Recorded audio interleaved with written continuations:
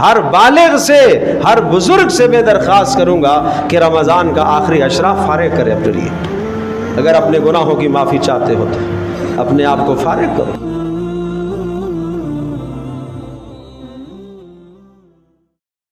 ساتواں کام رمضان المبارک میں ہے اعتکاف کا۔ عظیم الشان عبادت ہے اعتکاف، محتم بالشان عبادت ہے اعتکاف کی۔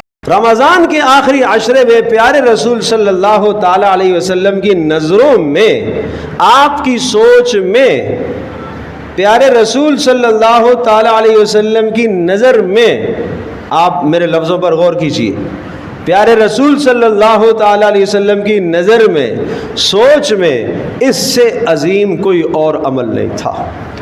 اگر ہوتا تو آپ آخری عشرہ اس میں صرف فرماتے۔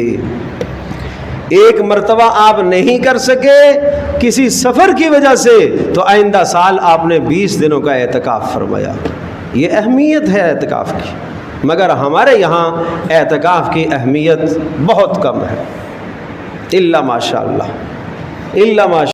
اعتکاف کو ہم محض ایک رسم سمجھ لیتے ہیں، اعتکاف ہم اس کو سنت مؤکدہ سمجھ لیتے ہیں، واجب علی الکفایہ سمجھ لیتے ہیں۔ چند نے کر لیا تو بس، ارے بھائی چند نے کر لیا تو ٹھیک ہے نا، محلے میں جنازہ ہو گیا اور اگر چند چلے گئے سب کی طرف سے ادا ہو جائے گا۔ سب کیوں جا رہے ہو؟ کیوں جا رہے ہو؟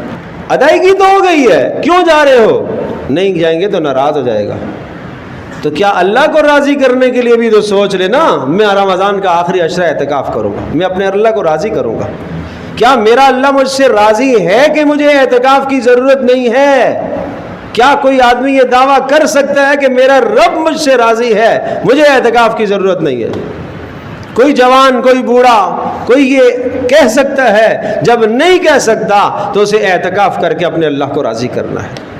اعتکاف کا مطلب یہ ہوتا ہے کہ اللہ کے دربار میں اپنا سب کچھ ڈال دینا، بوری بستر اللہ کے در پر ڈال دینا۔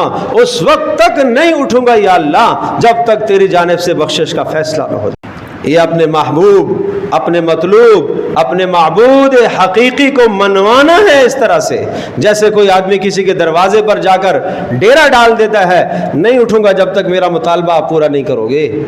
اس طرح سے یہ اعتکاف یہ ہے۔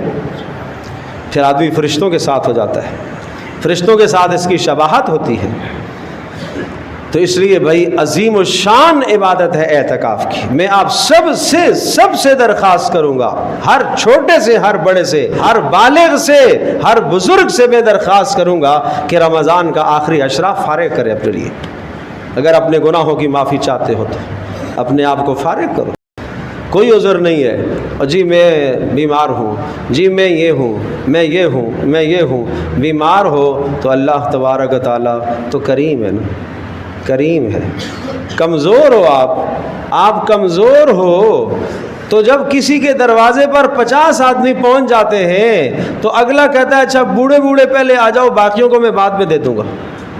اگلا بھی یہ کہتا ہے کمزوروں کو پہلے لے آؤ، کمزوروں کو پہلے لے آؤ۔ اللہ تبارک و تعالیٰ آپ کمزوروں کی وجہ سے باقیوں کا اعتکاف بھی انشاءاللہ قبول کر لے گا بھائی۔ تو بات وہ جملہ ذہن نشین کیجیے گا، میں نے کہا کہ رسول اللہ صلی اللہ علیہ وسلم کی نظر میں اعتکاف سے عظیم الشان کوئی عمل رمضان کے آخری عشرے میں نہیں تھا۔